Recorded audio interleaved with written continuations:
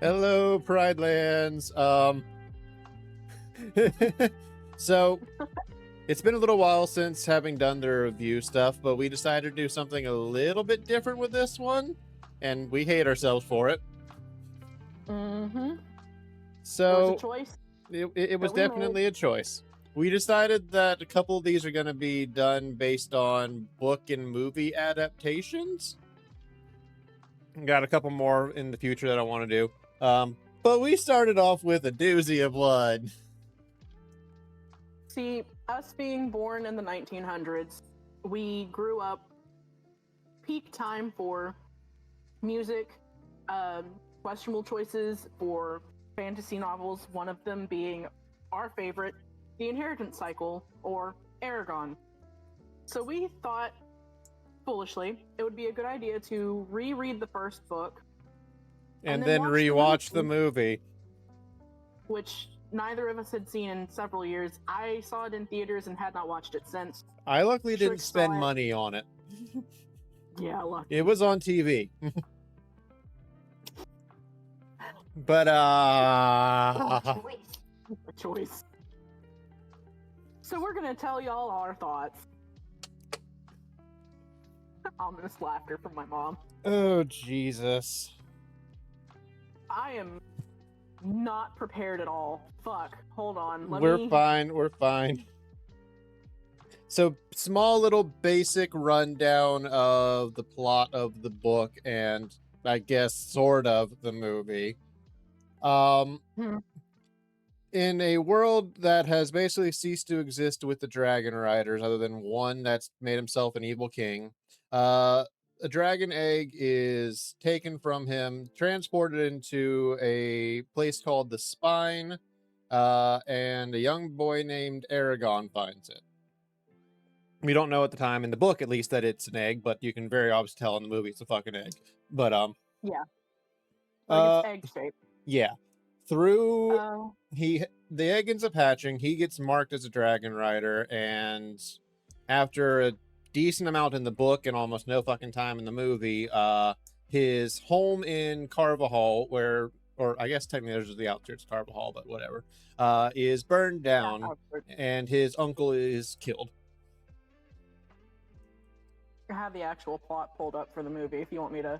If you want to do the movie plot, I'm going to pull it apart. That's fine. We absolutely can. This is the plot of the movie. I will say with the book, it is very much a... As much as I love Paolini, he was 15 years old when he started writing it, and you can see where he pulled from various different other works, such as Star Wars, Lord of the Rings, other things like that, as his inspirations, which is fine. This is very much a chosen one arc, and so it does have chosen one tropes. The wizened mentor ends up dying. There's like a whole thing. You lose your family, you become an orphan, shit like that. But for the plot of the movie, I am reading directly from the Wikipedia page. Eons ago, in the land of Alagasia, an order called the Dragon Riders was created to oversee the countries and bring peace to the world. Not in the book. However, a former Dragon Rider, Galbatorix, betrayed and destroyed the Dragon Riders, killing them all and the dragons alike. Galbatorix now rules over Alagasia with an iron fist, while rebels called the Varden oppose him. Arya, princess of the Elf Kingdom Alismira, we don't find that out until later in the book. We don't even find out her name until near the end of the book. Yeah, we don't find out her name until near the end of the book. We don't find out she's a fucking princess until later in the series. She flees with a strange stone while being pursued by a dark sorcerer, Durza. We don't know the name of Durza. Exactly. Durza corners Arya, but she uses her magic to teleport the stone away moments before she is captured. Eragon, a poor farm boy living in the country with his uncle Garo and cousin Roran, is hunting when he witnesses the stone appear. Hoping to trade it for food, Eragon brings the stone home but realizes it's actually an egg because it's totally not fucking egg-shaped, when a blue dragon hatches from it. As he touches the dragon, a magical mark appears on his palm. Several individuals sense the egg hatching, including Arya, an old storyteller Braum, and Galbatorix himself. Not in the book. Yeah. I am absolutely going to be one of those people, and I'm not apologizing. Eragon shelters and feeds the dragon. He teaches her to fly, not in the book. As she grows to full size, instantly, by the way, this is a whole thing where she just Wait, magically grows does it to full actually size. say in the fucking No, description there instantly? no. Okay. In the description, it says he shelters and feeds the dragon, teaches her to fly as she grows to full size. Like, that instantly part was me. Okay. She telepathically speaks to him and calls herself Saphira. She does not choose her fucking name No. in the book, by the way. When In they the are movie, out it of is Durza's not. yeah. When they are out, Durza's monstrous minions, the Razak, arrive at the village to look for the dragon and kill the rider, killing Garo. Blaming Saphira for his uncle's death, Eragon sends her away. Braum shows up, takes Eragon away from the village, warns him of Saphira's importance, and urges him to call her back. Eragon calls Saphira, and she comes back, forgiving him for what he previously said. Braum leads the group to the Varden. On the way, Braum tells Eragon about dragon riders, Galbatorix, Durza, and the Razak. He also trains Eragon in sword fighting. In a small village, Eragon meets a fortune-teller witch named Angela. She's not Indurate, by the way. Who tells him of Arya and a dangerous path toward future battles ahead. She never appears again in the movie, by the way. When Galbatorix servants, the Urgles, attack the duo, Eragon attempts to mimic Braum after earlier witnessing him create fire with an incantation, and inadvertently wipes out the whole group with a blast of blue fire before falling unconscious from the strain. Braum teaches Eragon to control his magic and bonds his powers with Saphira. After flying for the first time, it's not the first time, Eragon and Saphira help Braum kill the Rozaks. They don't die in movie 1. No. And Braum reveals that he was once a rider. Also doesn't reveal that here. His dragon was killed by Morzan, a rogue rider who allied with Galbatorix. Pretty sure it wasn't how the dragon died in book. Very pretty sure. Durza sets up a trap for Eragon using Arya as bait. Hearing her calls, Eragon sets out to rescue her, but is ambushed by Durza. Shock. Eragon is outmatched. Shock. And Braum arrives to help but is mortally wounded. The trio escape and Braum dies while flying on Saphira. Not how that happens in the book. Nope. Eragon takes possession of Braum's sword, Zarek. Say it with me, kids. Not how it happens. Which previously belonged to Morzan. We don't actually find that out until much later in the book. Eragon confronts a hooded figure tailing the group. The figure, a man named Murtagh, proceeds to guide him to the Varden. Not how this happened. Once there, Murtagh is imprisoned by the Varden after it is revealed he is Morzan's son. That technically does happen, but instead of them putting him in a fucking cage like they did in the movie, they give him an actual cell and give him, like, free reign to... He's also treated a whole lot better in the book than he is in the movie. Better. Yeah. Durza leads Galbatorix's forces... Jesus, that's a lot. Okay. Durza leads Galbatorix's forces and attacks the rebels' base, and Eragon, Saphira, and Arya join the battle. Murtagh frees himself during the battle and assists the Varden. Not how this happened. That was fucking Hrothgar? Okay, that was who the fuck that was. That was supposed to be King Hrothgar, excuse me? That was supposed to be King Hrothgar. Okay, Never explained. Never explained. Nope. Saving the dwarf King Hrothgar. Eragon and Saphira duel in the skies with Durza. They eventually... Not how that happened in the book. Nope. But Saphira is heavily injured. Eragon uses magic to heal her before passing out. Didn't happen in the book. Nope. The following morning, it doesn't even mention him getting his fucking back wound in this synopsis. No. Because it's not shown. It is shown in the movie, but it is not giving the importance that it is in the series. No. We don't show any of the crippling, debilitating pain that he is living with post-battle. The following morning, that was the next day, okay. Even though he was passed out in the book for like 3 days. Something. Eragon wakes with Murtagh and a fully healed Saphira. They catch up with Arya, who is on her way back to Elismira to lead the elves in the coming war against Galbatorix. They part ways, promising to meet again, while Galbatorix slashes at his hanging map of Alagasia, revealing his pitch-black dragon, Shirkin. For a not even 2-hour movie, that's a long fucking description. It is. I feel like the description was longer than the fucking movie, or at least more detailed than the fucking movie, because when I tell you this movie cut out so many fucking important. Not even. Okay. I understand that a book that is roughly 5 to 700 pages, I think it's closer to 700 pages actually. The 600, audiobook for it is over 16 hours. yeah.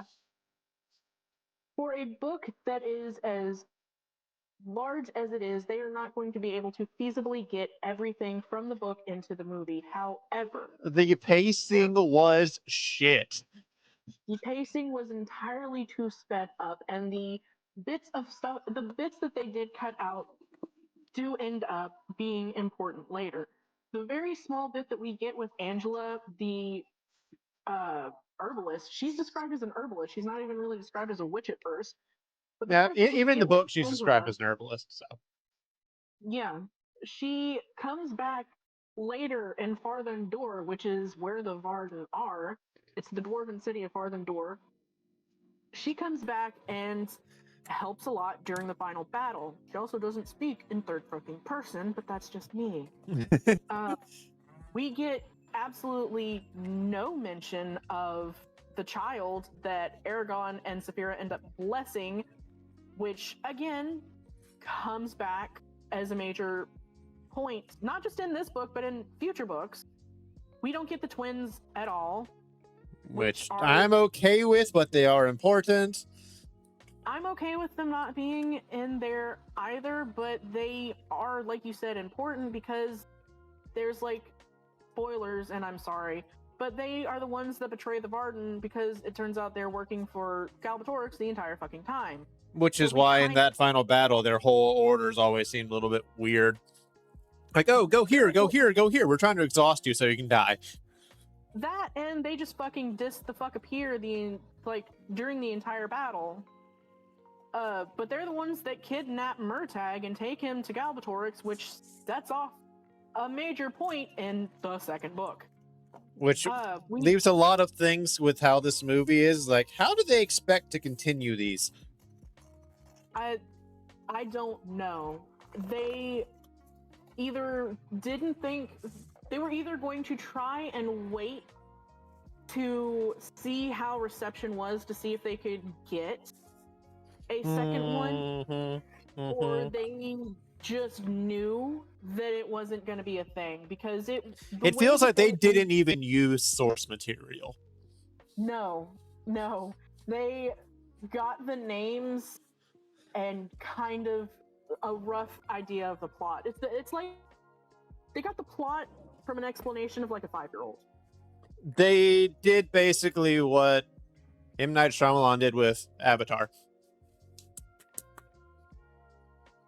That'll also be something we're going to do later. Oh, God. Okay. Yes, we are going to be doing that. Thank you for letting me know now so I can mentally prepare myself. But, there's not a lot to talk about when it comes to this damn movie. It is rushed to hell. They didn't put so many actual important plot points, and things were put so out of sequence it made no sense whatsoever.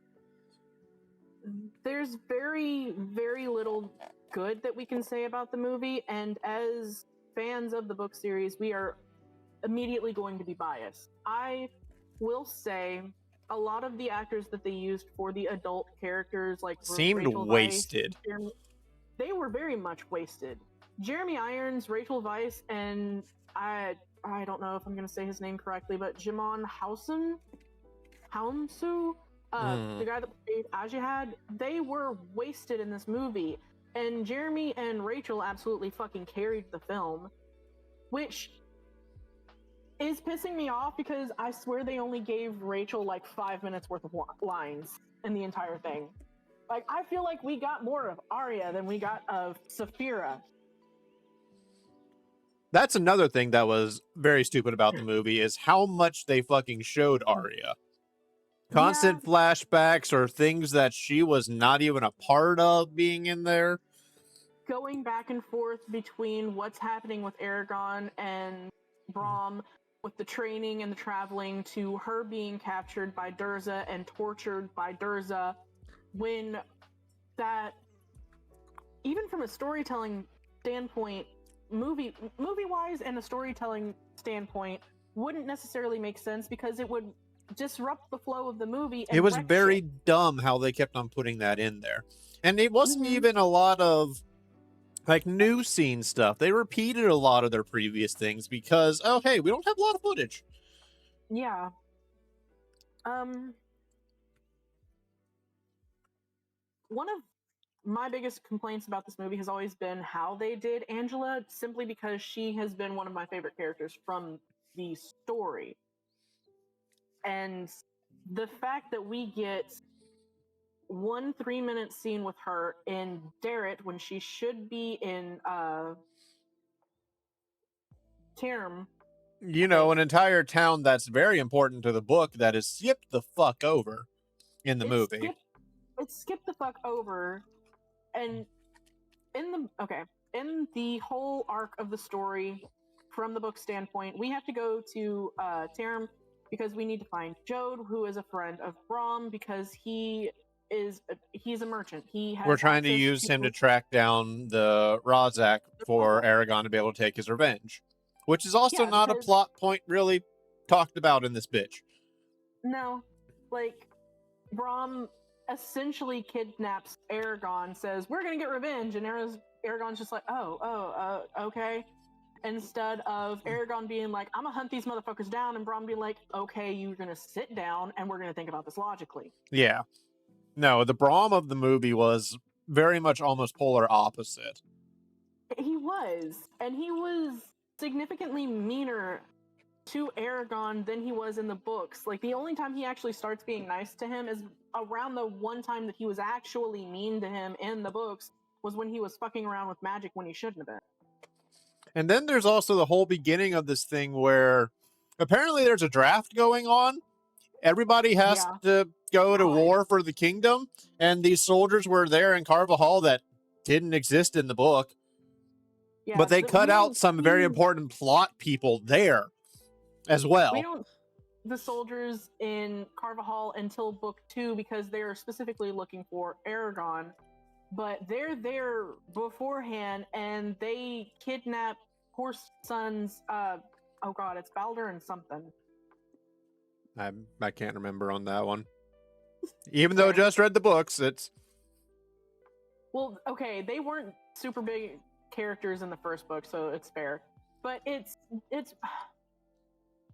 for them to have been kidnapped, as important of a character as Horst was in the early part of book 1, he barely gets a mention in the movie at all. His sons get kidnapped and then presumably presumably. some thank you, killed because they're in the army, where they are a major part of the battle at Carvajal and then the escape at Carvajal. Again, spoilers, sorry. But it's just there was several points when watching this movie, a lot of the scenery, a lot of the just random stuff happening in the background, it felt like they were trying far too hard to be Lord of the Rings. Which Which I it's very possible that that was like, oh, hey, Lord of the Rings is super popular right now. Let's just do that and we'll be popular too. No. yeah, exactly. I understand that Star Wars and Lord of the Rings were again part of the uh inspiration for the book, and probably they thought, oh yeah, let's just use some of the inspiration for the shots of the movie as well. But it felt like it was being lazy with it. I don't know if it was just trying to be. The other thing is they barely consulted Christopher Paolini, the author of the book, at all about this. Yeah. Like, Well, okay, I think he gave permission, but they didn't want to consult him for anything. that thing. I looked it up, and he was also 23 when the movie was released. So filming, he was probably like 21, 22, depending on how fucking long they actually spent doing this. But he It was should have young. taken longer. They should have taken longer. They should have fixed the budget some. Oh, okay. hold on. So I'm looking at the characters now. Arya has black hair. I forgot about that. Yeah, Arya has black hair, but her character in the movie is redhead. Yeah, go figure. Also, she doesn't have fucking pointed ears. She's an elf without pointed ears. And that was, I swear to God, that would have, had they not had that one random fucking close-up shot of her at the end, I would not have seen that at all. I would not have paid attention. My thoughts are just all over the goddamn place with this. That's because this movie is trash. We'd be better off talking about the book at this point, because there's not much to say good about the movie. The design they did for Saphira was pretty good. And even then, she was scaled, not feathered. I was about to say, I will respectfully disagree about the design of Saphira. Had they not added feathers to her fucking wings, I probably would have been more okay with it. But she did look like a chicken. You were right. She did look like a chicken. Baby Saphira was absolutely adorable. Adult Saphira did not need fucking feathers. No. But certain characters did well enough. Braum did well, even though he was counter to a lot of his book counterpart, because Jeremy Irons just is good. Yeah. A lot of the scenery they chose was very pretty to look at, but it didn't fit anything that the book said. No, they were supposed to be on plains and in like flat and, plains. Yeah, like you would expect Midwest type shit. But bulk of the movie setting when they were running away from all of the forests and hills. Forests, yeah, and mountains, which is why it made me think a lot of Lord of the Rings. What do your elf eyes see? Gods. They should have used that line. I always used to give John Malkovich shit about his portrayal as Galbatorix, and I feel a little bad for that now because it's not as... I always used to felt like... I felt like it was lazy in his delivery. He didn't really have a lot of emotion behind it. Well, the biggest problem is that none of these scenes existed in the book, so it was all basically ad-lib. Yeah. Mm-hmm. Oh yeah, like, here, you're supposed to be like this menacing evil man, blah blah blah, and look, watching it now, he did actually attempt menacing. I did not take it as menacing simply because I was too mad that he was even in the movie to begin with, because we don't get the Galbatorix. I'm glad John Malkovich got a paycheck. I'm glad he got paid. I'm glad these people got paid for their work that they did. Galbatorix should not have been in the movie. They could have used John Malkovich as something else, honestly. They could have. Also, the fact that we kept on getting names at the beginning of the damn movie that we didn't have until the end of the book. Yeah. We could have had him as Jode. Like, that would have been fucking awesome. Yeah. Or Gorminder. That's something else. We didn't get Solum Bum, Angela's werecat, at all. And he was a very important part of this thing. He was. He was a major fucking character in the entirety of this damn thing. Jeez. Elva. That was the name of the child that he ends up blessing. I had to look this shit up because I couldn't remember. She wasn't named in the first book, so... No, that's right. Unless it was, like... There was no name given. Because that was this morning that I listened to that. Don't go back to her until after the battle, and that's in book 2. Yeah. That's right. But... Let's move over to the book for now. Get away from the trash of the movie. We'll come back to like ratings and things and that, but you already know from how we're talking, we're rating that extremely low. Oh yeah. But overall, I've actually only, and this is very bad of me, even being one of my favorite series, I've only ever actually fully read the book through once. This was my second time fully through. So... Whereas me, I've read both the physical version and listened to the audio version of this book dozens of times over the years, so I know this fairly well. And you can very much see where he was very young writing this. There's a lot where the description seems much more on the bland side, but that makes sense for someone that's teenager writing stuff. They don't do a lot of extrapolation of things when it comes to describing locations or people and things. Which, in my opinion, I like a bit more because it leaves it a bit more open for the reader to paint the picture in their mind how they want it to be. And the way that he wrote it versus the books that came after this in the series and other books that he has written, you can definitely tell he started off younger writing this. It feels, because as I mentioned before, you can see where he's drawn inspiration from other franchises, other works for. Was this his very first book? This was his very first book, yes. That's what I thought. He started writing this. He started writing Eragon when he was 15 years old, and I believe they self-published it first when he was 18. His parents helped him self-publish, I believe. Yeah, his parents helped him self-publish it because they live like out in the middle of nowhere, Montana, I want to say. Maybe? I don't know. They lived on a farm, so that's where a lot of Palancar Valley visuals came from, was him describing his hometown. Yeah, in the area he grew up in around Montana, so that's where we get all of the mountains, the valleys, the inspiration for visuals and stuff like that. And you can tell reading it, especially now that I'm older, because when I was younger, this was like the greatest fucking thing ever, and I hadn't seen Star Wars yet. But going back to it now that I'm older, every time I go back to it, is like, this is absolutely just Luke Skywalker, but with dragons, and I'm okay with that. Some people might knock it down for that, but you get inspiration from where you get it from, and he, by the end of it, does move away from the Luke Skywalker arc, and it becomes his own thing, and I'm really glad to see, as the series evolves, his writing evolve with it. Does that mean that Arya's technically Leia? Tell me, Obi-Wan Kenobi, you're my only hope. It's Leia if they weren't actually related, and Murtagh ended up with her instead of Naswada. I guess Murtagh would have been Han Solo.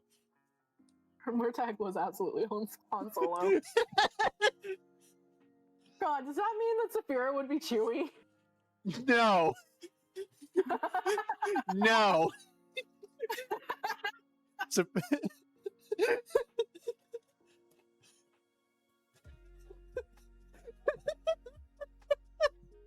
Oh God!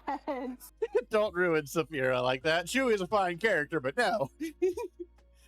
Listen, both of them are absolutely fantastic characters. Yes. And no, you're right. If Saphira was anything, she would be the oh God, the little bear creatures that are menaces that absolutely take down the Empire. Yes, Saphira would be an Ewok because she is just as maniacal and feral. Yes. But now I'm just gonna be picturing the comparisons now, and I don't want to do that, but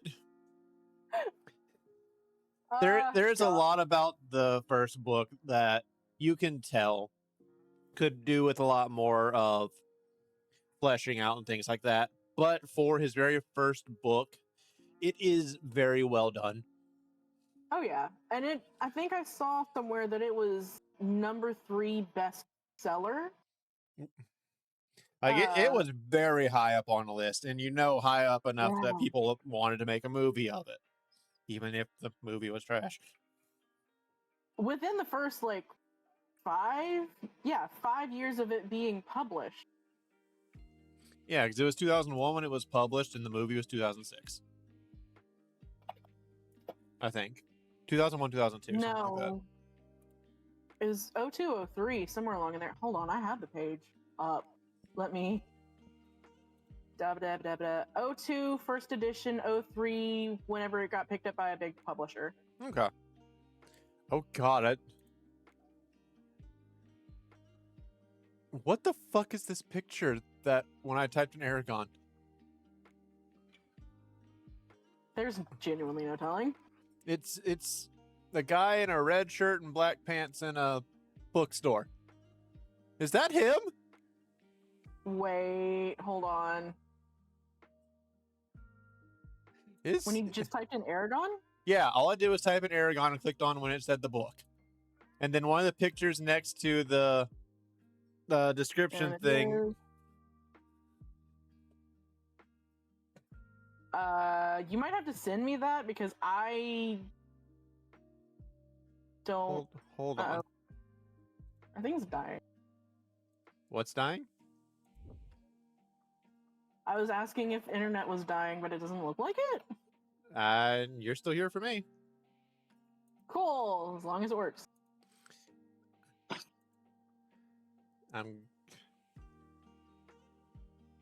This man is only like 42. Good for him. Don't mind the screen changing slightly on the stream. I'm doing something real quickly. Sorry, folks. I just posted it in the chat in here. If you scroll down just enough, that's the picture I'm talking about. Yep, that's him. That's him. I love it. If I ever meet this man, I am printing out this photo. Can you sign this for me? Yes. Promoting the self-published edition. So this is right after it was. So he was like, yeah, he would have been like 19, 20 years old. Oh, sorry, honey. very much segue for the for this, but I had to do something that that threw me so off. Oh, I don't know how to show it on here, but I can put the link to that in the description for you guys to go and look at. It's an interview of him talking about the first edition and how Eragon came to be, and it is a beautiful blast to the past, and it makes me so happy, both that he's talking about how he got started, but that exists. Yes. Bless you. So, back to the book. There is a lot of characters in here that you really grow attached to.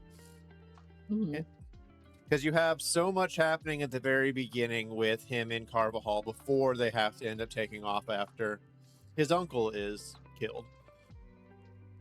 Which even then, technically not in the book, he's not killed. He gets severely injured, but because of the Rozak's weapons and the poison they use, his wounds never heal.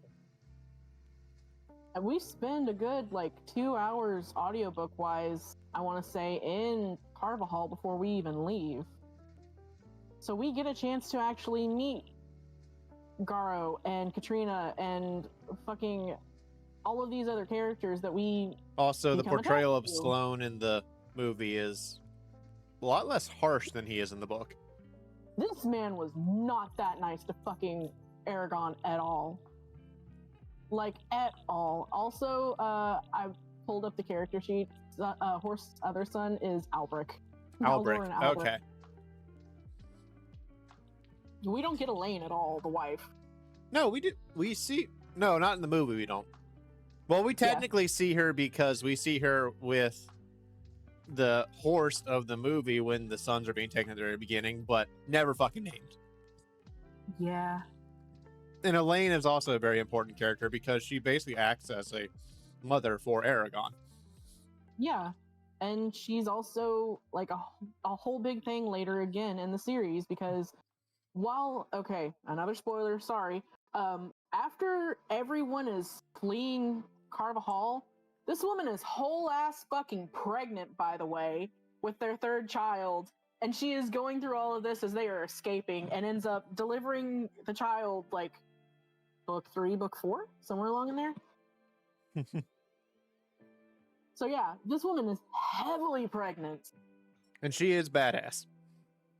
Oh yeah.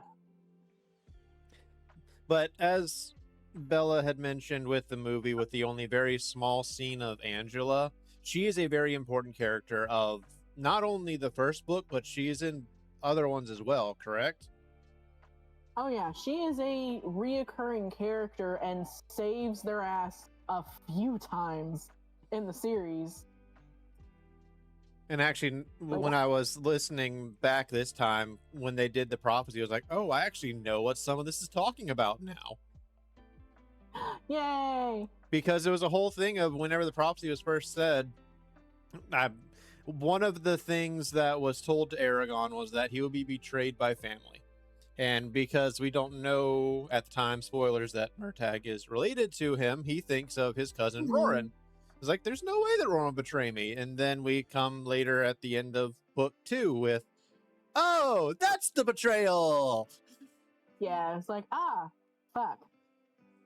Speaking of Angela, her very, very brief explanation, is Angela is a fortune teller, herbalist, and witch, fortune teller, herbalist, witch, and friend of Aragon's. She is accompanied by a werecat named Solem Bum. She makes most of her living by fortune telling for the richer people of Tyrm and selling potions. It is implied that she is not entirely human and has lived for an incredibly long time. Her character is loosely based on Paolini's sister. Aw. I know, right? That's so cute. And about the part where it says that it's implied that she's not entirely human, I need to reread his other series to see if it ties into that potentially, but there is a large fan canon thing where she's a Time Lord, because the 2 Doctor Who references that are made in book 4 are made in the same scene with her and Solem Bum. Huh. I know that that's not your thing, but I just thought it was cool. This is fine. Yeah. Speaking of the other books, there will be later on, because we're also going to do book reviews and things, or series reviews that we've been reading, because we've been doing a lot of reading this year. I'm planning on doing one, I guess, sort of more of a solo-ish, but if you want to join in on that, it's for the Alex Rider series, which that's also going to be another one where it's a book and movie contrast, because I'm doing that. I will be here for emotional support.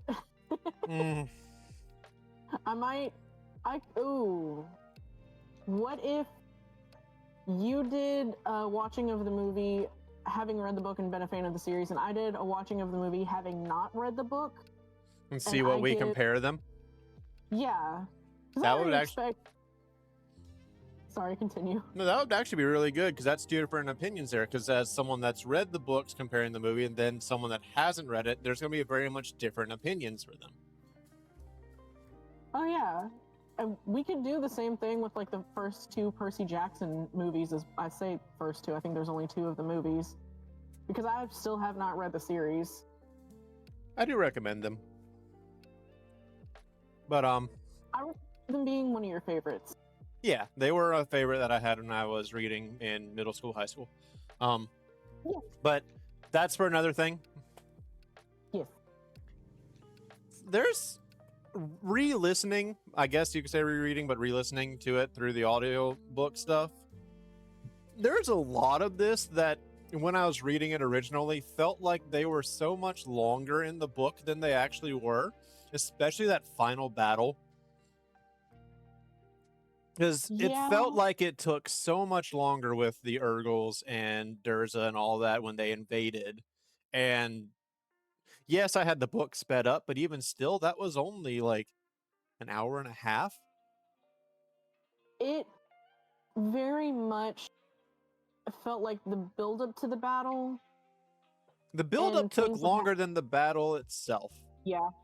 Which honestly can be a thing that happens in real life, but I go back to what I said when we were watching the movie. It feels like it was his first major battle in the series, and he wasn't entirely sure how to write it. So he probably just kind of went through it a little bit faster than he meant to. But at this point, the book was already probably around 500 pages, so it could have been one of those things as well. But, yeah, it was still good. There's also a lot of things of that final battle that is very much different, because there's a lot of little interactions in there that just didn't happen with the movie or completely changed with the movie, which I guess was to be some kind of big climactic thing to go on, but it doesn't feel right. It doesn't. It also, it's like, as soon as we get to the Varden, it feels like we're immediately prepping for battle. When, He spent at like least in what, the three, book, 4-ish days before any of this even started with the Varden? yeah, before we even got word that the Urgles were on their way to fuck shit up, he had a chance to fully like recover from essentially racing across 150, 60 leagues. They said 160 leagues in roughly 8 days. Yeah, which, if for those that Those are like me poor and didn't know what a horses. league was, league is 3 miles. Those poor horses. Those poor fucking horses.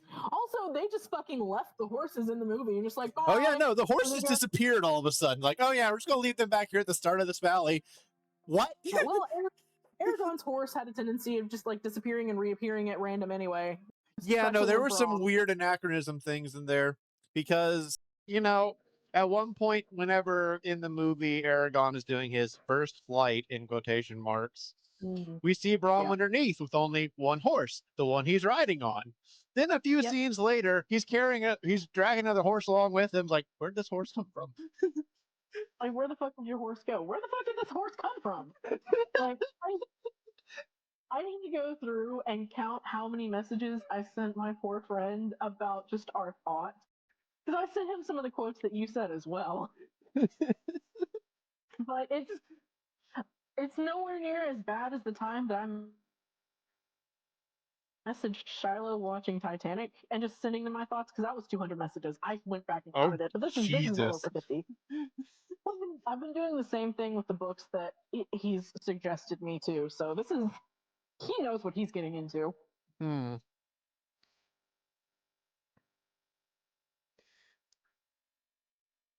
So Why? I already know the answer to this first question I'm going to ask. What is the most impactful point of the book to you? Oh,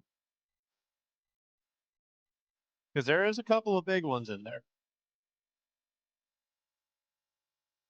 are we talking about messages and just Anything like, that either taught you a really big message or made you feel, and I mean like deep feelings, not like, oh, this is nice or things feeling? like that.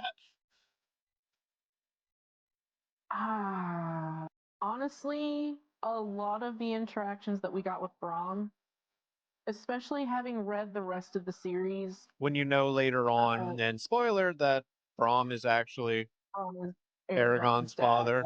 Yeah, Yeah.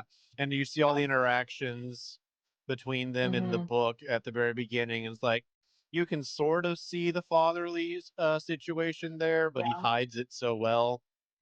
Like, he's trying, but he doesn't want to just like outright say, which I never really understood why people do that in books and things.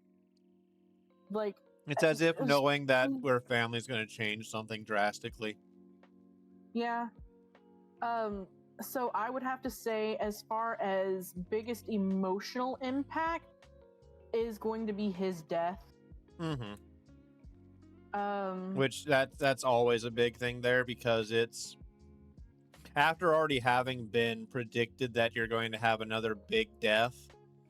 Eragon at first thinks, is it going to be my cousin? I don't have anybody else I'm that close to. And then when we get to the point where Braum actually dies, it's almost a mentality changing thing for him. It is. It feels like after this, he very much realizes that, oh, this is going to have lasting consequences. People may die. People I care for may die. Even though, like, he already kind of knew that because his uncle's already dead at this point, and this is the whole reason why we're going after But we the also have with. little hints when it comes to Garrow, his uncle, that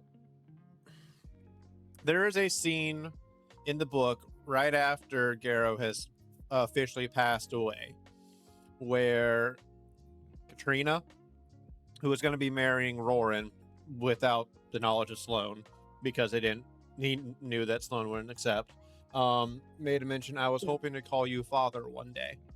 And Eragon just has a little thought in the back, which is somewhat skipped over, is like, I could never do that myself. You're right that I didn't even have, yeah. The right that I didn't forgot even about have to that. say myself. I forgot about that line. Fuck. Mm-hmm. Like, it's probably if you had asked me that question like 10, 15 years ago, I probably would have said, well, the overall message of the story is that even the smallest unlikely person can become a hero, which is a main message of the book in general, that even the smallest person can have a big impact in the greater world around them. Now, especially after reading it yesterday, my thought is, why in the fuck is this child responsible for so much shit? That happens with so many of the Chosen One tropes, because half the time, most of the ones that are is. chosen are teenagers. It is. A lot of the young adult fantasy novels where we're overthrowing giant governments and evil kings and just all sorts of shit and saving the day. All of these are roughly somewhere between the age of 14 and 18 years old. These are children. Why are we allowing the fate of the world and the future to be in the hands of a child? Someone please take this child home. Where is your mother? Where is your mother? I know she's dead. Where is your mother? And that's not a knock against the series. It's not a knock against the genre as a whole. It kind of is a knock against the genre as a whole. But can we Why please do we start keep having... traumatizing these children? Why? Why are the kids traumatized? It's 100% because young adults are reading that at that same age, and they're just like, I can see myself in this character. If they can do it, I can do it too, which is a great thing. It's a very much empowering thing, and we enjoy it. Yeah. But at the same time, when you go back to it when you're older, you're like, this isn't good. No, exactly. Me being the age that I am, old enough to be Eragon's mother, I'm just like, you need to be the fuck at home and not fighting in wars against evil kings that are hundreds of years old and they're dragons. The other thing that is very interesting when it comes to this one is all of Carvajal has this whole thing about magic, of how it's dangerous to be around. If you have anything that's involved with magic, you should throw it away. Mm-hmm. And even though Eragon was raised with all of this in mind, something about him, this is also because of his parenting or his parents and things like that, so he has a connection to it. But somewhere in his mind, he doesn't follow this. So he's like, this mysterious egg was sent here to me. Even if it's magic based, this is meant for me.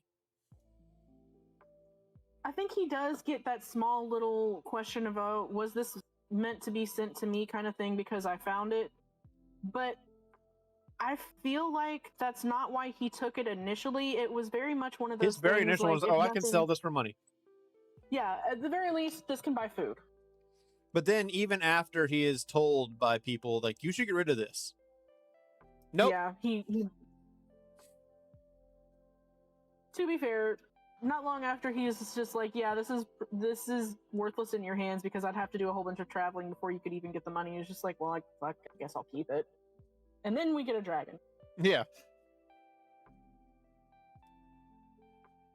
Also, another really stupid comparison with the movie to the book is Roran leaving. Yeah. We have this whole thing in the book where Roran makes a big argument of, well, this guy came to the forge to get stuff done for his mill over in another town. He asked if I wanted a job. Yeah. He's going he to said be a miller in a nearby town so that he can apprentice, save up money and marry Katrina. He's want to save up money so he can get a house and they can live together. And which the is whole a logical thing. Yeah. But the whole thing there is he doesn't tell his uncle until after he's talked with Eragon, whereas in the fucking movie, first of all, it doesn't even mention the whole mill thing, but he just says, oh yeah, no, I'm leaving. And he's already talked to the uncle, and the uncle's fine with it. And what? It's like, I don't know where I'm going. I'm just leaving. And turns out The one deleted scene that we did end up looking up was because we thought we were going to watch the deleted scenes. But the first one we watched was trash. Yeah, he and Katrina run off together, and we get a little bit more of an interaction between Eragon and Sloane, where again, Sloane is too fucking nice. Way fucking nicer in the movie to Eragon than he was in the fucking book. But also, I think it kind of hints at that Eragon may have had a crush on Katrina, which didn't happen at all, because Eragon wasn't even old enough in the book to be thinking about a wife or dating or anything like that. Well, I think he was very much old enough, but he never actually thought of her that way because he thought of her as like a sister-ish type. Yeah, because that man was gone. His cousin was gone for her, which, good for him. Yeah. Other thing that, which there's a lot the movie cut out, but a very important thing as well was the traders coming into town. Because that's where we got the actual story of how Galbatorix was a rider and ended up betraying and killing all of them, was in a storytelling thing. Not some big introduction at the beginning of the damn book. That was then later added to by Brom, which, it was added to by Brom in the story, but during the storytellers at, like, the little troubadour thing, instead of him just, like, talking shit in front of the guards that shouldn't have been there to begin with. Yeah. Also, the beginning of this took place in winter. There was snow on the ground everywhere. The movie didn't have that. Nope. Like, it was full. It looked like it could have been spring or summer or something. Because at one point they were pulling potatoes up out of the ground. Which even in the book they did have that. They had to pull the final harvest so they could trade with the traders. But it was still a case of a lot of things would not have looked as green as they were. No, because they were racing the frost to get all of the food picked and pickled so that they could have food for fucking winter. Mm-hmm. Or we just, skip the whole thing of Eragon needing to get meat because he failed hunting. And Horst, paying for his stuff and saying, in the spring, one of my sons is going off to become a better smith. You can come and work for me to pay off this debt. Yeah. Like, we get no interaction with Horst. And Horst is a major fucking character. There's a lot that we could talk about that is so wrong with the movie, and we do not have the time for that. No, we don't. So I will kind of push us towards the end. Before we go into our ratings for it, I do want to say of the film, we discussed it while we were watching it. The budget for the film was $100 million. They spent most of that on getting Jeremy Irons and the CGI. Honestly. And probably Rachel, because this was like right around the time of just after The Mummy Returns. So they blew the budget on the big name actors 100%, and then the shitty CGI. The box office was $250.4 million. So they did actually make their money back. They did, and it could be argued that it was a success in the box office. The critics definitely don't think so. No, that thing. Speaking of the critics score is 15%. I think that's the lowest we have watched of anything so far. Unless you count the non-Eon James Bond movies. Wasn't one of those a 6%? You're gonna make me go back and look. Hold on. I think it was a 67 Casino Royale. It was like a fucking 6% or something like that. Well, you didn't watch that, but we did watch the one where Connery came back. While I looked that up, the audience score was 46%. Which I feel like half that audience score is because people didn't watch or didn't read the books beforehand. Oh yeah, and which is fine. It is, and in the very we could have had Nate's opinion in this, because I think he watched the movie, but he never read the book. I don't know if he's watched the movie. He has not read the book. But in the very, very small defense of the movie, when we first went to see it in theaters, and I was shit-talking the fuck out of it, Mom at the time had not read the book, and she enjoyed it. And then I made her read the book. You're welcome. Oh no, Never Say Never Again was 71%. What? What was the Casino Royale? I'm looking. Hold on. Because the lowest one of the actual Eon films one was like fucking 39%.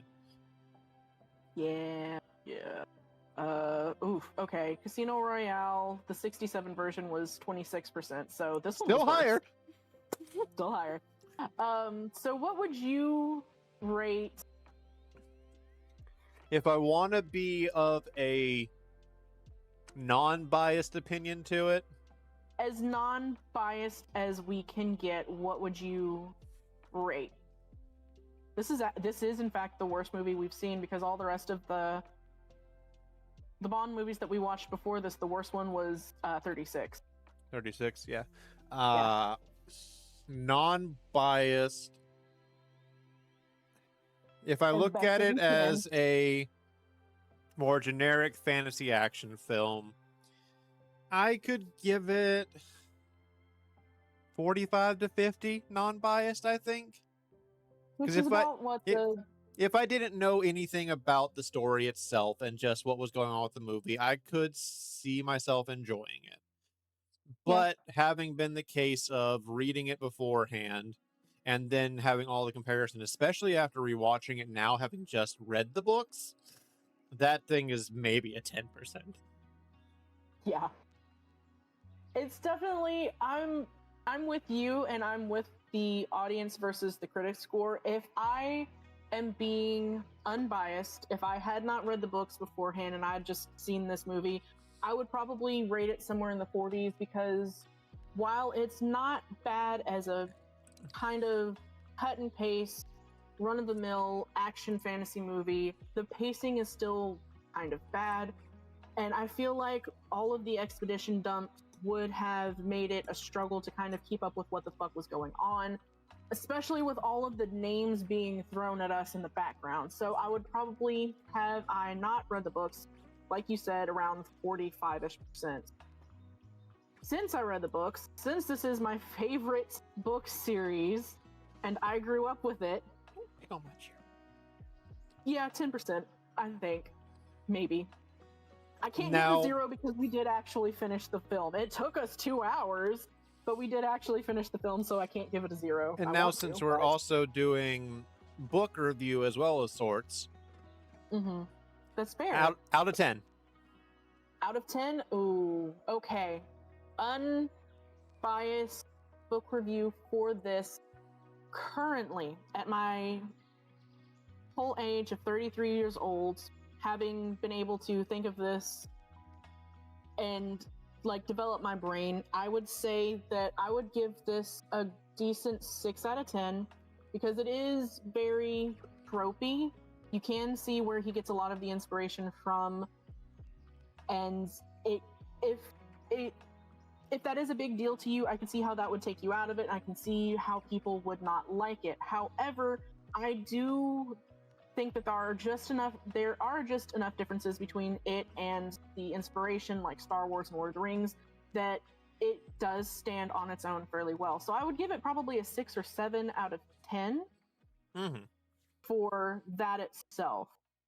Also, another very cool thing about this whole book series is, like Lord of the Rings, he invented his own entire language. Oh, absolutely. The ancient language is his own thing, which you do kind of suffer from listening to the audiobooks, because you don't have the ability to go back to the index and see what the fuck is this motherfucker saying. So there's a little struggle there. I do recommend, if you are listening to the audiobook, having that tabbed on your phone or computer so you can reference what is said. Luckily, they do a decent enough job of saying what was mentioned in the ancient language. There's a couple things they don't, and I wish they did, especially the blessing he gave, because I don't think that's explained what he said. It isn't in the book. You can look it up in the index, and then that does end up in book 2 evolving a bit, because, again, spoilers, we learned that he mistranslated something. Which, not surprising for a boy that didn't even know how to read before all of this and being taught a whole new language. Yeah, 2 whole new fucking languages, because he had to learn how to read, and then he had to learn the fucking ancient language. Yeah. But out of 10, I'd probably say about the same with you, with an unbiased 7.5, maybe up to an 8. And even with the biased opinion of this one, having gone back to it, I can see where I would not rate it much higher, even with bias, because of just you can tell that it was made by someone much younger. Oh And yeah. while it is a good book, there's a lot that could have been done better. But with all of his future things, he has learned that. Oh yeah. And I definitely feel like as the series goes on and as we continue to the next books, the rankings are going to change. I'm interested to see which one we end up ranking highest and which I one we think. It'll be even better for me because I actually haven't finished the whole series myself. I never did finish Inheritance. I've only read it once, so it's going to be fun to go back and revisit that in general. Actually, one little thing. When I was reading it originally, I went out of order accidentally. Oh no. Yeah, so I'd finished Eragon. I had started Eldest, then I got distracted by a book that I had to do for one of my English classes. Forgot about Eldest, got Brisingar, started reading that, and I was like, what the fuck is going on? Valid. 100% valid. So I think my friend did. that I is think my friend possibly did the same why thing. I didn't Actually. finish it at the time. That might be why I didn't finish at the time. That's fair. Now, thankfully, you'll be able to actually read it in order because the series, at least the original series, is finished. We are probably going to do Murtag as well. I don't know if we're going to go into his Fractalverse universe. You mean the Unless you little want book that he to. had that was Aragon's short stories? No, that one is also tied into this universe, and that is the oh fuck the I mean, that thing's only like 4 hours long, and I didn't buy it, but I could. it's What? super short. It's not bad. It does give us a little bit of stuff with Angela. There is a scene in that is also in Murtag, and I can't remember what the third. Oh, I think the third bit is just with Eragon in the quote unquote present. But that one is up to you. I was talking about the To Sleep in a Sea of Stars series that he did. Which I haven't heard of. It's his sci-fi stuff. Oh, so he's doing both genres of fiction? Yeah, he went from fantasy and he's doing sci-fi, and this is, you can definitely tell it was written by an adult. There's a whole sex scene and everything, and that one threw my ass for a fucking loop. Oh. Yeah. It's like, oh, that's right, Christopher is an adult now. Cool. Was not expecting that. It's Nobody not expects the Spanish Inquisition. Nobody expects a sticky scene either, but it's not graphic if I remember correctly. It just was shocking. But I think we will leave it there for this one. There will be, probably in a couple of weeks, another one that is just all of the rest of the series. Because I plan on finishing those up throughout the month. Yeah. And then we can do a full book series review for that. Hell yeah. I do need to, and I'll probably do that either tomorrow or something, do a review for the series of Alex Rider. Even though there's actually a 13th book out that doesn't have an audiobook yet. I'm annoyed by that. That's just how dare they? Especially when the book came out in 2003 or 2023. We've had 2.5 years to have an audiobook for this, guys. I mean, I know. It depends on what we can pay for the, because if it's the same reader, because it's been the same one for all the books so far. So we don't know what his scheduling might be. Yeah. Oof. But yeah, so hope you guys enjoyed today and us being almost hypercritical of the movie, but it deserves it. It does. Apologies for our thoughts just being all fucking over the place the entire time. There was ADHD. a lot to rant about. Eat that. 100% that. But if you guys do enjoy, hit the like button and comment down below your own thoughts for either the movie or the book, or if you read and seen both, tell us some of your opinions for the differences between them. I'd really like to see the different opinions of people, Yeah. because there might be some that have read Also, the book that actually really enjoyed the movie. true. They may exist. They may exist. Also, if you haven't already, Shrix does stream on Twitch as well. Very chill vibes, very cozy vibes. We aren't always this chaotic, I promise. We're So more if you chaotic when we are enjoy- together. That is a big thing. Yeah, because we have a bad tendency of sharing a brain cell and bouncing off each other. But if you like things like Final Fantasy XIV, Expedition 33, Stardew Valley with no mic, Pokemon, things like that, check Strix out. But I hope to see you guys with whatever we do next. Yeah. Bye, everybody. Bye.